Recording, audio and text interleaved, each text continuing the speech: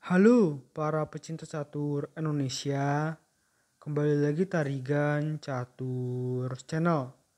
Kejuaraan dunia Catur Blitz 2021 menjadi mimpi buruk bagi Grandmaster Hikaru Nakamura. Bagaimana tidak, sempat masuk dalam 10 besar dari 12 babak yang dipertandingkan pada hari pertama, namun Grandmaster Hikaru Nakamura tidak boleh bertanding pada hari kedua turnamen karena terkena COVID-19. Oleh karena itu, Grandmaster Hikaru Nakamura harus merelakan kegagalannya merebut gelar juara dunia Catur Blitz. Padahal masih sangat mungkin bagi Hikaru untuk menjadi juara dunia. Mengingat yang menjadi juara dunia di dalam turnamen tersebut pada babak ke-12 peringkatnya masih di bawah Grandmaster Hikaru Nakamura. Jadi siapapun masih bisa menjadi juara dunia dalam situasi seperti itu, termasuk Grandmaster Hikaru Nakamura.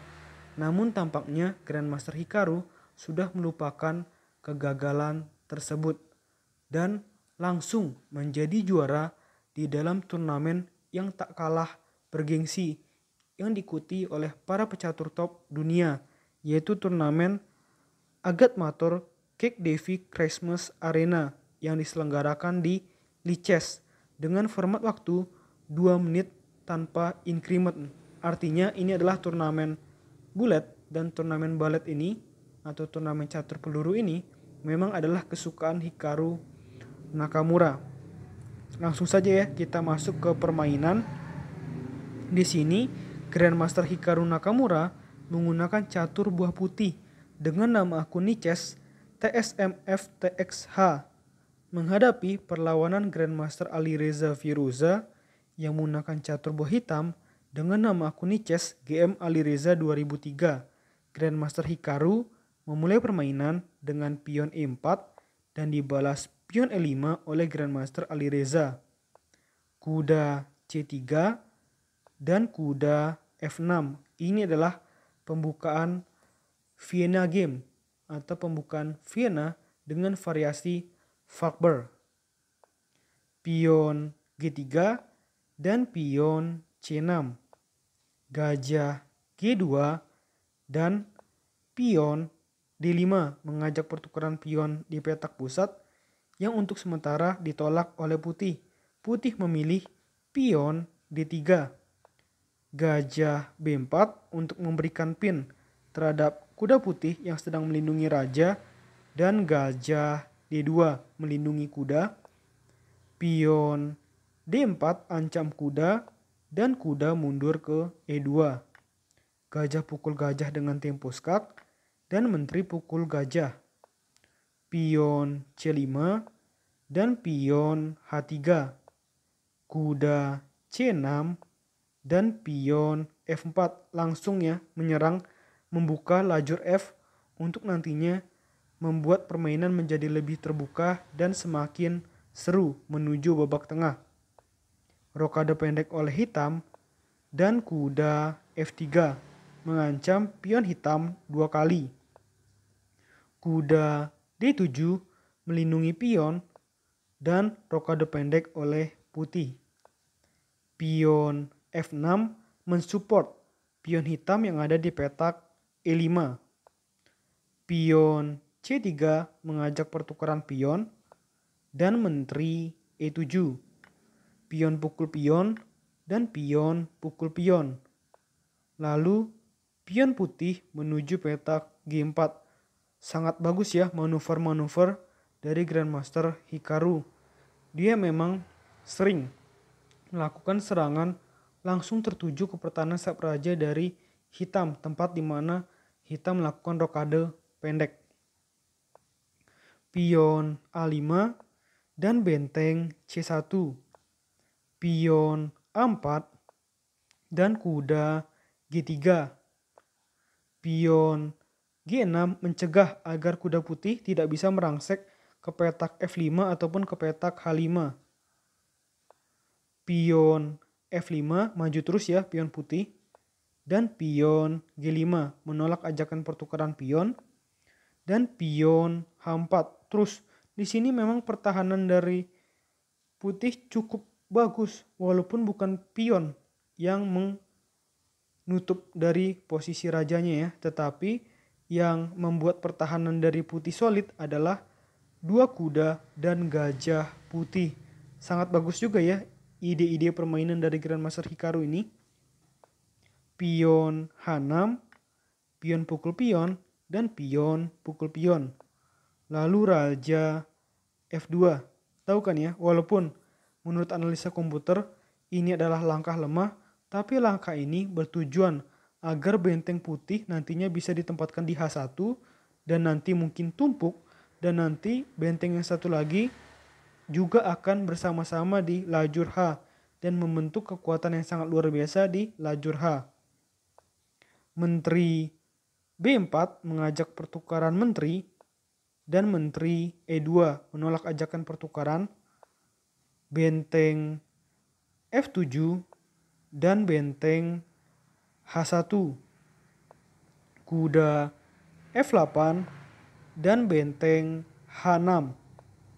Gajah D7 dan kuda H5. Kuda H7 dan benteng skak. Raja pindah ke petak F8 dan raja G3. Raja E7 dan benteng C4. Nah, teman-teman para pecinta catur mungkin harus memaklumi ya langkah-langkah lemah yang dilakukan oleh kedua pemain. Kedua pemain adalah super grandmaster, tetapi mereka melakukan langkah lemah karena mereka hanya bermain dengan total waktu 2 menit versus 2 menit. Di sini mereka tidak melakukan berserk sih, tapi memang jelas 2 menit versus 2 menit akan sangat sulit. Apalagi di sini mereka bermain sampai 72 langkah. Jelas 2 menit bagi 72 langkah berapa itu? Mungkin setiap 2 atau 3 detik sekali mereka sudah melangkahkan buahnya ya. Oke, kita kembali ke permainan. Benteng ancam menteri dan menteri mundur ke petak B5. Menteri C2 dan benteng A5. Menteri D2 dan benteng kembali ke petak A8. Menteri C2 dan kuda B4 ancam menteri. Menteri pindah lagi ke petak D2 dan kuda C6.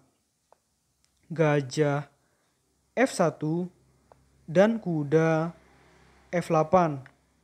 Benteng pukul pion. Oh, ini kombinasi nih. Dan benteng pukul benteng. Kuda pukul benteng dan raja pukul kuda. Lalu menteri pukul pion skak. Nah, ini kombinasi. Jadi merelakan kuda tetapi terus menyerang ke pertahanan sayap raja dari Alireza. Jelas pertahanan sayap raja dari Alireza sudah hancur di dalam situasi seperti ini. Raja F7 dan menteri H6. Raja E7 dan pion G5. Sudah berbahaya ini ya, pion-pion dari Hikaru. Menteri pukul pion dan pion G6. Kuda pukul pion pukul kuda, dan gajah E6 mengancam benteng. Menteri skak dan raja D6. Benteng pukul kuda. Luar biasa ya langkah-langkah dari Grandmaster Hikaru. Pion pukul benteng dan menteri pukul pion skak. Raja D7 dan kuda G5. Tujuannya untuk mengancam gajah hitam 2 kali. Menteri C1 untuk mendapatkan gajah. Dan sayangnya menteri pukul gajah skak. Nah, memang jelas ya di posisi seperti ini dengan waktu yang sangat kritis, maka sudah pasti keduanya akan melakukan kesalahan fatal, dan bahkan di sini mungkin tidak kelihatan ya gajah hitamnya diancam dari punya Firoza, diancam oleh Hikaru. Menteri pukul gajah skak dan raja C7. Menteri skak dan raja B6. Menteri F4 mengajak pertukaran menteri dan menteri skak. Menteri menutup dan menteri C1. Raja G4 dan benteng G8 untuk mengancam pion. Menteri pukul pion skak dan raja B7. Menteri F6 dan menteri skak. Raja G3 dan menteri skak. Raja G2 dan menteri skak. Raja F3 dan menteri skak. Gajah menutup dan menteri skak. Raja E3 dan menteri skak. Raja D2. Nah, ini sudah tidak ada lagi ancaman skak. Bagaimana langkah hitam selanjutnya? Dengan benteng B8. Pion G7 di sini sudah mau promosi ya. Raja A7 dan menteri skak.